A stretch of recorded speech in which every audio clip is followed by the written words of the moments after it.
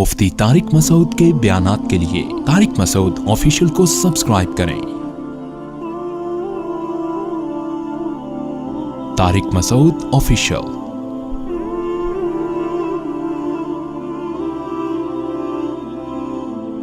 جب انسان گناہ کرتا ہے تھوڑی دیر کی لذت حاصل ہوتی ہے، یہ لذت تھوڑی دیر بعد ختم، اور نحوست اور گناہ اور اس کا عذاب آپ کے اعمال میں ہمیشہ کے لیے لکھ دیا گیا۔ ایسا ہوتا ہے کہ نہیں ہوتا؟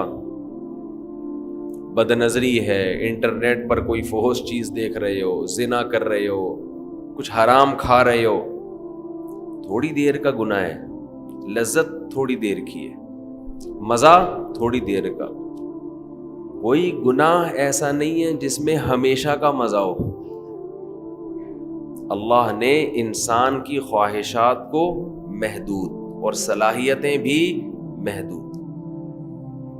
جو لوگ جوانی میں زنا کرتے ہیں، ایک بار کریں گے، دو بار کریں گے، ان کو زنا میں بھی لذت نہیں رہتی، پھر وہ عادت پڑ جاتی ہے حرام کی، گند میں منہ مارنے کی، لیکن وہ لذت نہیں رہتی۔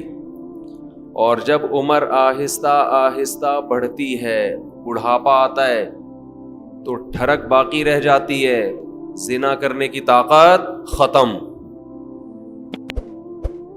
مچلتا رہتا ہے، ہر وقت سسکیاں لیتا رہتا ہے، ٹینشن ساری زندگی کی، لیکن طاقت کیا ہو گئی؟ خوب سمجھ لیں، جو جوانی میں زنا کرتا ہے، خوب سمجھ لے بڑھاپے میں زنا کا جذبہ کبھی بھی ختم بول لینا نہیں ہوتا۔ اس خوش فہمی میں نہ رہنا کہ ہم جوانی میں زنا کر رہے ہیں تو بڑھاپے میں خود ہی چھوٹ جائے گا، نا نا نا نا نا نا نا، یہ بہت بڑی بھول ہے۔ زنا کا شوق بڑھاپے میں، اگر جوانی میں نہیں چھوڑا زنا تو بڑھاپے میں یہ شوق ختم نہیں ہوتا۔ اب خود سوچو، ایک چیز کا شوق باقی ہے لیکن اس کی طاقت ختم ہو گئی، تو کس قدر ٹینشن ہے، کس قدر عذاب ہے یہ۔ جن لوگوں کو جوانی میں لڑکوں سے بدفعلی کی عادت ہو، خوب سمجھ لو بڑھاپے میں یہ عادت کم نہیں ہوتی بلکہ بڑھتی ہے، لیکن برائی کی طاقت ختم ہو جاتی ہے۔ ایسے لوگوں کا بڑھاپا جوانوں سے زیادہ بدتر گزرتا ہے، بہت خطرناک۔ اللہ نے بڑھاپے میں یہ خاصیت رکھی ہے کہ جو چیز آپ میں جوانی میں ہوتی ہے، جو چاہتیں بڑھاپے میں وہ کم ہونے کے بجائے بڑھتی ہیں۔ سمجھ رہے ہیں کہ نہیں سمجھ رہے؟ بار بار حدیث پیش کر چکا ہوں میں، نبی صلی اللہ علیہ وسلم نے فرمایا، یحرم ابن آدم ویشب فیہ اثنتان، الحرص علی المال وطول الامل۔ نبی صلی اللہ علیہ وسلم نے فرمایا، انسان جیسے جیسے سے بوڑھا ہوتا ہے، عمر بڑھتی ہے، دو چیزیں اس میں جوان ہوتی چلی جاتی ہیں۔ کیا مطلب؟ طاقت پکڑتی ہیں دو چیزیں۔ جسم جیسے جیسے کمزور ہو رہا ہے نا عمر بڑھنے سے، دو چاہتیں اس میں کمزور ہونے کے بجائے جوان ہو رہی ہیں۔ ایک لمبی لمبی امیدیں، دوسرا حرص، لالچ، مال کی ہوس، یہ کم ہونے کے بجائے بولو بڑھتی ہے۔ پہلی بات تو یہ سمجھ لیں کہ نبی نے یہ نہیں فرمایا کہ انسان جیسے جیسے بوڑھا ہوتا ہے دو چیزیں پیدا ہوتی ہیں، یہ نہیں فرمایا، بلکہ فرمایا دو چیزیں، دو برائیاں جوان ہوتی ہیں۔ جوان وہی چیز ہوتی ہے جو پہلے پیدا ہو چکی ہو۔ اس حدیث کا صاف مطلب ہے کہ جوانی میں اگر ان دو چیزوں کو ختم کر دیا، برائیوں کو، تو پھر بڑھاپے میں یہ دو چیزیں جوان نہیں ہوتی. جب ہے ہی نہیں تو جوان کہاں سے ہوں گی؟ اور اگر جوانی میں ان دو برائیوں کو آپ نے ختم نہیں کیا تو اس امید پہ مت رہنا کہ جب بوڑھا ہو جاؤں گا تو یہ دو برائیاں مجھ سے ختم ہو جائیں گی. نہ نہ نہ نہ، بڑھاپے میں یہ بڑھیں گی. نہیں سمجھ میں آ رہی یار، بہت مشکل ہو گیا سمجھانا. میں سمجھا پا رہا ہوں اپنی بات؟ لوگ کیا کرتے ہیں، جوانی میں پلان بنا رہے ہوتے ہیں، موت کی تیاری نہیں کرتے نا. یہ پروجیکٹ، پیسوں کی ہرس، لالچ، یہاں سے گھسیٹو، میرا بحریہ ٹاؤن میں اس کے 2 پلاٹ، میرے 3 ہونے چاہیے. یہ شوق ہوتے ہیں نا جوانی کے.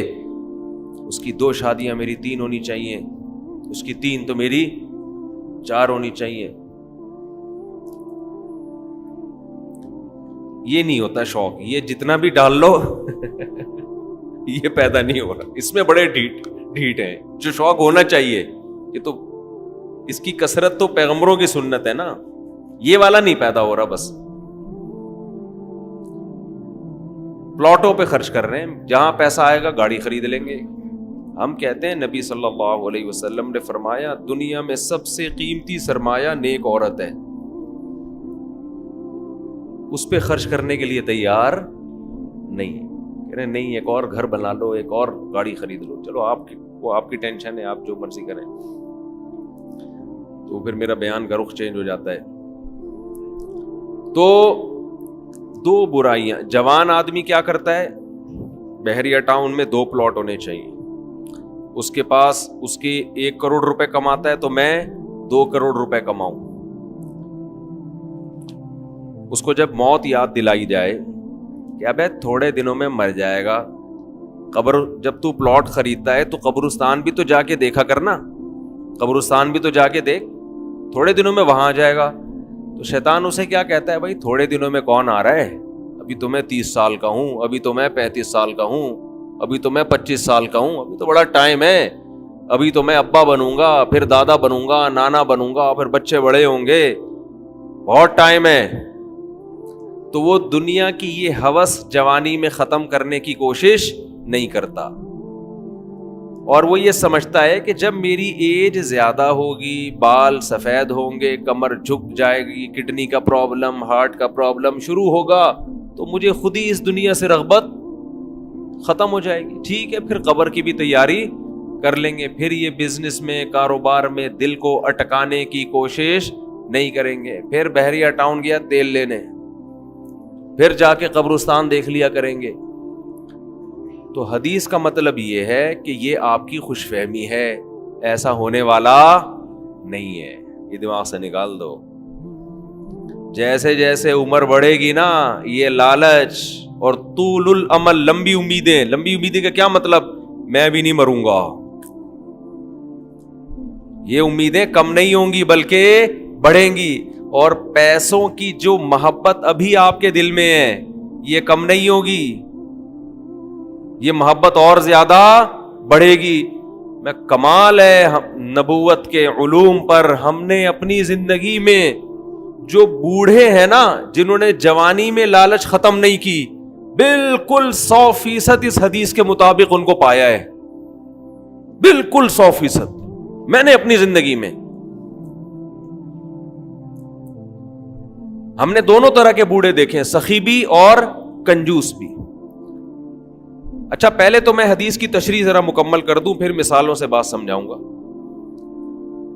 حدیث میں جب بھی یہ آتا ہے نا کہ یہ 2 چیزیں ایسی ہیں یا 3 چیزیں، تو یاد رکھو حدیث میں وہ عدد مقصود نہیں ہوتا. یہاں سے بہت سے لوگ دھوکہ کھاتے ہیں. میری ایک اہل حدیث عالم سے بحث ہوئی، وہ ایصال ثواب کے منکر نہ، کہ میت کے لیے آپ کوئی نیکی کر کے اس کو ثواب نہیں پہنچا سکتے. میں نے کہا دلیل کیا ہے؟ کہنے لگے حدیث میں آتا ہے 3 چیزوں کا ثواب ملتا ہے، صدقہ جاریہ، جو اولاد آپ کے لیے دعا کرے، اور علم ينتفع به، وہ علم جو آپ چھوڑ کے جائیں. 3 ہیں، چوتھی کوئی نہیں ہے. بھائی حدیث میں جب بھی یہ آتا ہے نا یہ 3 کا عدد یہ 4 کا عدد تو اس پر امت کا اجماع ہے کہ اس سے وہ عدد میں محصور نہیں ہوتا. اس کا مطلب ہے کہ یہ 3 تو ہیں, جو بھی اس معنی کی ہوں گی وہ سب اسی میں داخل ہیں.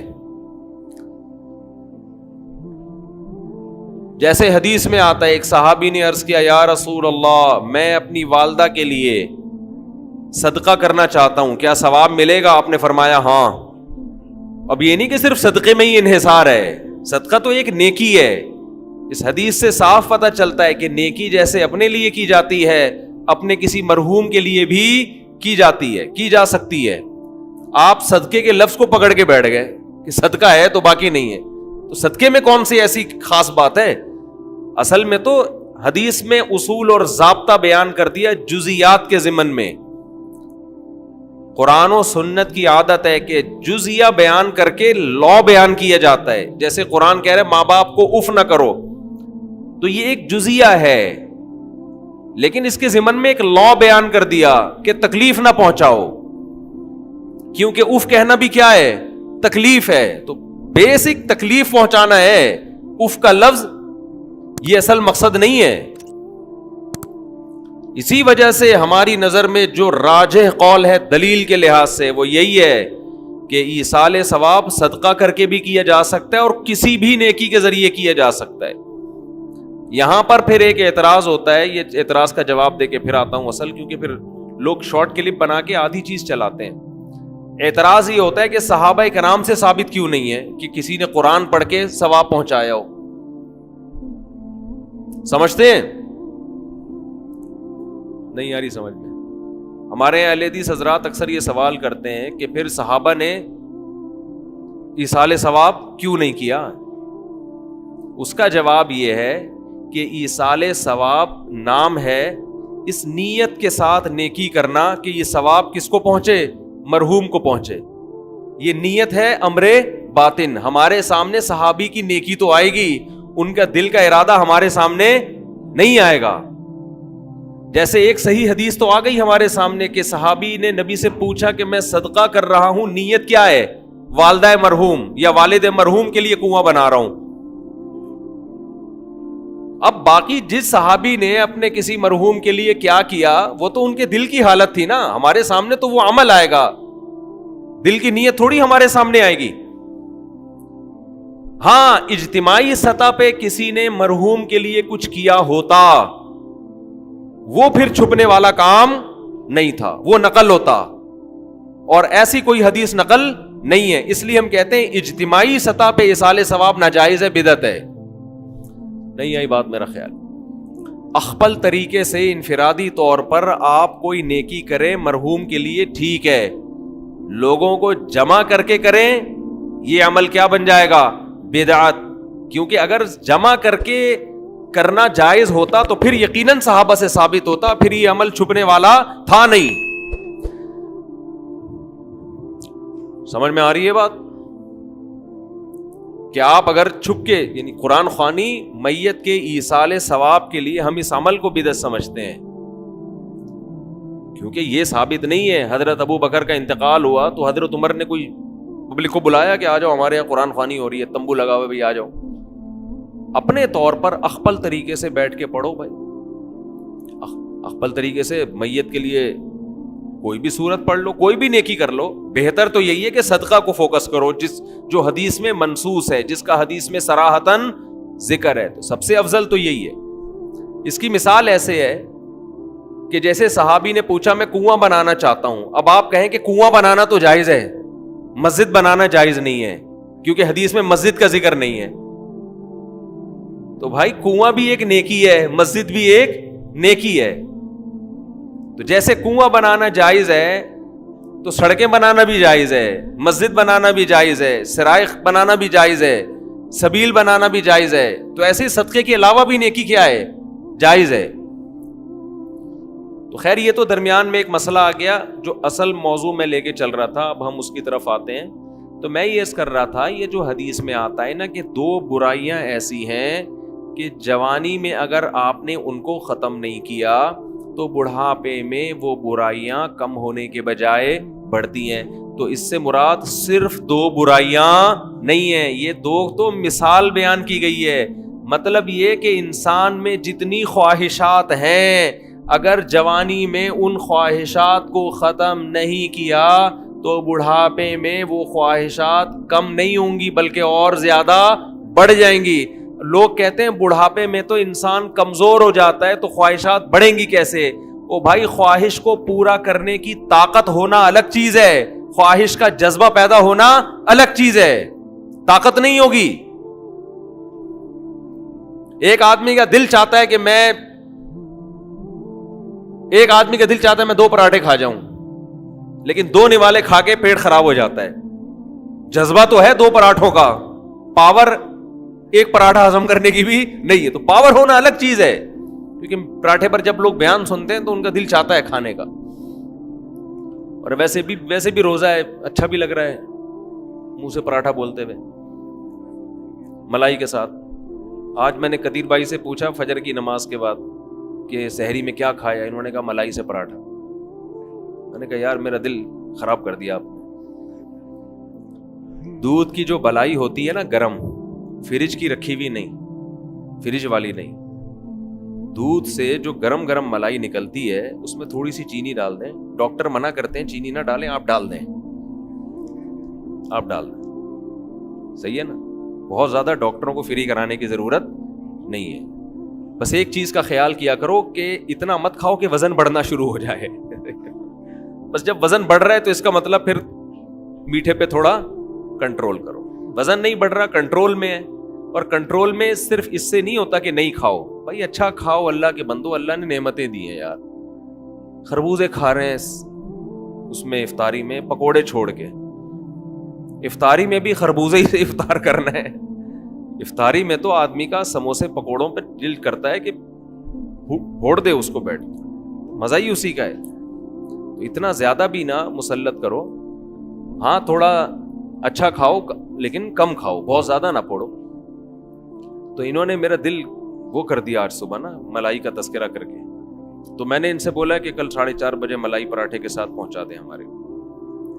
تو یہ کہہ رہے تھے کل 4:30 بجے انشاءاللہ. صبح سحری میں آپ ملائی کھائیں, مزہ نہ آئے ویسے اپنا ہی مزہ ہے. کریم نہ کھائیں, یہ جو بازاری ہے ڈبے کی کریم نہ کھائیں. اور جو وائٹ کڑھائی بناتے ہیں نا گوشت میں, اس میں بھی کریم نہ ڈلوایا کرو, زہر ہے.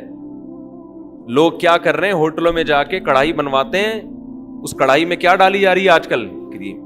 وہ کریم کی میں کبھی ترغیب نہیں دے رہا, وہ بہت نقصان دہ ہے.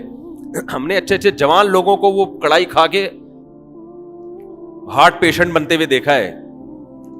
دیسی چیزوں کی بات الگ ہے, ملائی ہے, ٹھیک ہے نا. جو بلائی, اس کی ملائی بھی کہتے ہیں اس کو, ویسے تو بالائی ہے لیکن پیار سے ملائی بھی کہا جاتا ہے اس کو. بالائی کا مطلب جو اوپر آ جاتی, بالا خانے ہوں گے نا جنت میں تو وہ بڑی مزے کی ہوتی ہے اگر گرم دودھ کی ہو. خیر اچھا یہ میں اعلان کروں تو پتہ نہیں کیا ملائی کہاں سے آ گئی یار. تو میں یہ کر رہا تھا کہ 2 برائیاں, ہاں میں یہ کہہ رہا تھا وزن نہیں بڑھنے دو, بس کھاؤ لیکن وزن پہ کیا کرو. ہم نے مزدوروں کو دیکھا ہے کوئی بیماری نہیں ہوتی, صرف روٹی کھا رہے ہوتے ہیں, صرف روٹی. وہ اتنے غریب بھی دیکھے ہم نے کہ سالن نہیں ہے ان کے پاس, صرف روٹی, پھر بھی فٹ فاٹ ہیں, صحت مند ہیں, نہ کوئی کڈنی کا پرابلم, نہ کوئی شوگر کا پرابلم, پیٹ بھی کمر سے چپکا ہوا ہے, ایسی فٹنس آدمی حیران ہو جائے.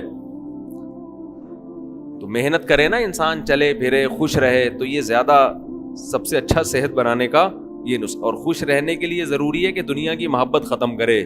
جس کے دل میں دنیا کی ہوس ہے وہ خوش رہنے کے علاوہ دنیا کا ہر کام کر سکتا ہے. سمجھتے ہو؟